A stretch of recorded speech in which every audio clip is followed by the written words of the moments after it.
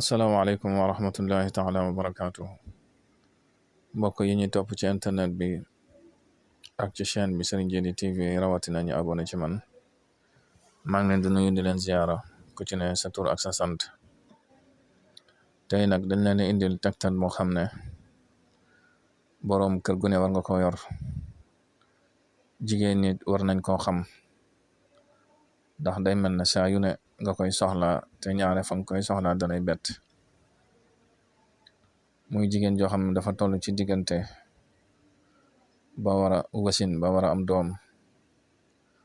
Aye la boo xam ne boo ko bindee ñaare bu tollee ci jabu mooy wasin wi ñor na, bu defee boo ko bindalee saafara mu naan ci diwu ci lu toll li tàmbalee jumba xam ba ci yaari woomu, ñaare yàlla mën na ko dimbale ba bu demee du sonn. Yàlla def na nag bari na ñiñ koy defal lool te bari na lu muy daje. Daanu nag dajut suuf waaye bari na daal ñoo xam ne bari na daal lu muy daje. Kon nag loolu lañ leen baaxe woon tey ji nga xam ne kon ku ne koy soxla rawatina jigéen ñi.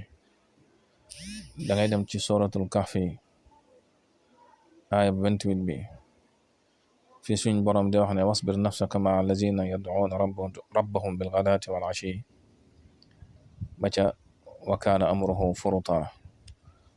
boo eggee ci baatu furuta ji doo bind furuta, da ngay bind farot juróom-ñaari yoon. noonu nga koy bind saafara nga xam ne alxuraan lépp secret la, lépp gàtt nga la. ngeen wéy di abonné ci chaîne bi nag. wassalaamu aleykum wa rahmatullahi wa barakatuh.